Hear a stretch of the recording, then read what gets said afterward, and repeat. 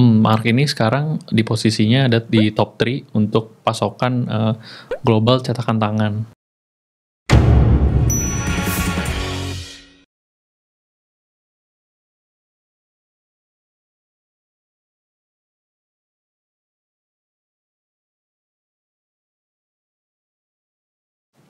Welcome to Superstock. Di episode Superstock, kita selalu membahas satu saham pilihan yang memiliki potensi cuan ke depannya. Kali ini kita telah memilih satu saham dari sektor basic industry yang telah mencatatkan kenaikan hingga 100% dalam kurun 1 tahun. Di samping itu, walaupun COVID telah melanda di Indonesia, perusahaan ini tetap berhasil membukukan net profit. Saham apakah itu? Langsung saja kita tanya Kevin Suryajaya, Research Analyst Mirae Asset Sekuritas Indonesia. Hai Kevin. Hai Mbak Lia.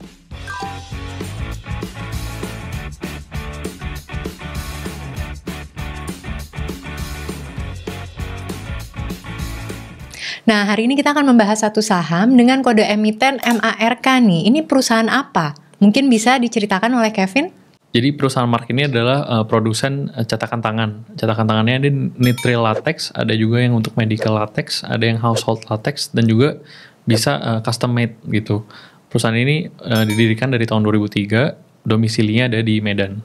Oke, jadi sebenarnya udah belasan tahun dan lucu banget ya untuk industri cetakan tangan yang ini pertama kali sebenarnya saya dengar. Iya. Nah, jika perusahaan ini telah berdiri sejak 2003, tapi kapan sebenarnya Mark ini mulai melantai di bursa? Jadi Mark ini mulai melantai di bursa di tahun 2017 di harga 250. Kemudian karena ada kenaikan demand, di Februari 2019 harga sahamnya mulai naik nih signifikan ke harga 2.100. Wow, hampir 10 kali lipat ya, hampir ya. Betul. Oke. Kemudian karena kenaikan yang signifikan ini, company merasa kita harus stock split nih agar menggairahkan harga saham Mark gitu. Oke, stock splitnya berapa banding berapa? 1:5 ke harga jadi 420. Oke, tapi harga hari ini pun sebenarnya udah naik juga ya? Iya, betul. Sejauh ini bagaimana sih perkembangan bisnis Mark Dynamics ini sendiri? Apakah memiliki profit yang terus bertumbuh atau bagaimana nih, Vin? Sejauh ini perkembangannya sangat signifikan ya. Di tahun 2015 mereka membukukan 195 miliar.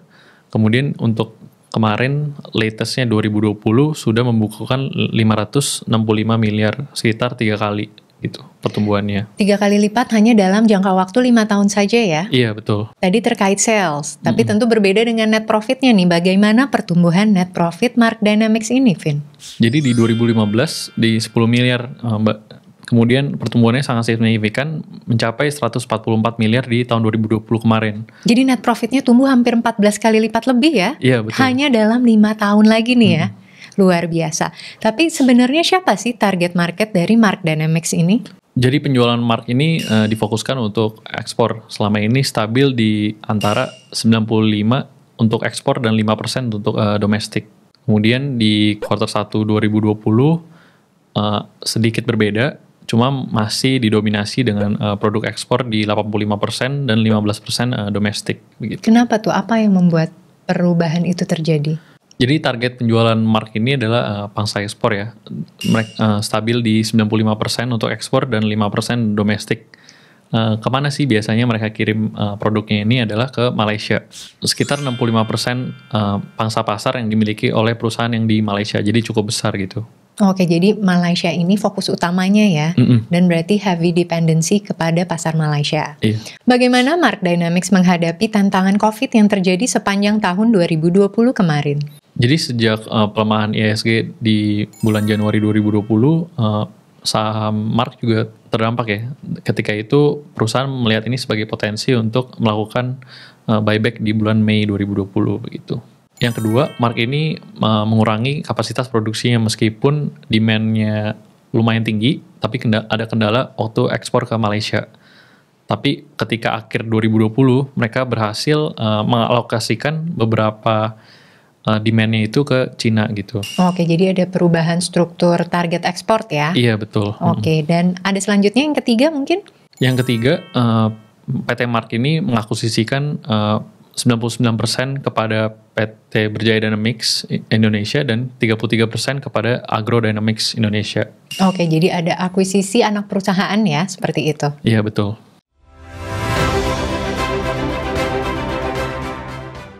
Nah, bagaimana dengan kinerja Mark sejauh ini? Nah, perusahaan berhasil membukukan pendapatan yang cukup signifikan ya Mbak. Jadi untuk per 1 kuartal 2021 ini mereka membukukan 217 miliar pada kuartal 1 2021 yang meningkat sebesar 124% dari tahun sebelumnya. Oke, jadi year on year-nya cukup signifikan ya? Iya, ini juga sebenarnya karena dibantu dengan akuisisi perusahaan itu, Berjaya Dynamics dan Agro Dynamics itu. Oke, jadi ada capacity yang bisa di-expand ya dengan adanya akuisisi tersebut. Betul. Oke. Sehingga juga net profitnya juga meningkat signifikan sebesar dari 69 miliar di tahun ini yang meningkat 197% dari tahun sebelumnya. Wah, luar biasa sekali ya, Vin. Iya, sangat luar biasa sih. Lalu yang menariknya adalah margin ekspansi dari perusahaan Mark ini, Mbak. Jadi per kuartal 1 2021 secara gross ini mereka 50% tahun ini. Itu naik sekitar 8% dari tahun sebelumnya. Kenaikan ini juga karena kenaikan ASP yang sekitar 5-10% per tahun dan juga biaya modal untuk pembuatan handformernya itu yang menurun lumayan signifikan. Oke, jadi ada penurunan dari COGS-nya ya berarti ya? Betul. Oke. Yang juga efek ke bawahnya net profitnya itu marginnya sekitar 31%, naik dari 24% gitu. Oke. Luar biasa sekali ya perkembangan Mark ini sepanjang 2020, bahkan juga di awal kuartal 1 2021 tetap mencatatkan kenaikan yang positif. Tapi sebenarnya ada faktor apa sih yang mendorong hal ini sampai bisa terjadi? Jadi sejak COVID-19, masyarakat jadi lebih memprioritaskan kesehatan, sehingga juga demand untuk sarung tangan itu berdampak terhadap performance dari perusahaan Mark ini. Memangnya seberapa besar sih peranan Mark ini dalam industri cetakan sarung tangan di dunia? Mark ini sekarang di posisinya ada di top 3 untuk pasokan global cetakan tangan. Nggak disangka-sangka ya, ternyata ada nih ya market untuk industri cetakan tangan ya. Iya betul, jadi nggak heran ya kalau misalnya klien dari Mark ini adalah produsen-produsen besar internasional seperti Hartalega, Top Gloves, Kosan, dan Seritang. Nah, tadi kan Kevin juga menceritakan tuh kalau Mark ini juga berusaha masuk ke pasar China nih. Bagaimana dengan klien-klien di pasar China?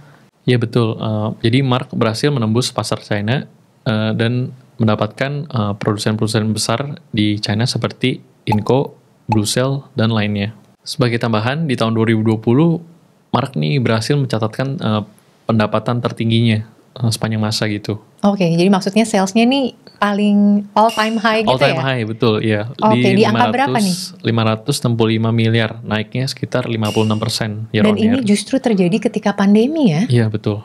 Dengan kinerja Mark yang terus bertumbuh positif dan sepertinya memiliki potential outlook yang juga positif, bagaimana strategi bisnis Mark di tahun 2021 ini? Memang di 2020 akhir kemarin, produksi mereka itu mencapai 800.000 pieces per bulan. Tapi kemudian mereka terus melakukan ekspansi. Kuartal 1 kemarin ini sudah mencapai 1.200.000 pieces. Oke, jadi ada kenaikan kapasitas produksi hampir 50% ya? Iya betul, dan kemudian untuk second half ini juga mereka menargetkan 1,4 juta pieces per bulan gitu. Jadi memang strategi bisnis Mark di tahun 2021 ini lebih ke arah kapasitas produksi ya? Betul, jadi di atas kapasitas produksi yang terus bertambah, marginnya juga yang tadi saya sudah sebutkan terus naik, jadi saham ini sangat menarik gitu. Dengan pertumbuhan profit yang konsisten, apakah Mark ini juga rajin membagikan dividen untuk para pemegang sahamnya?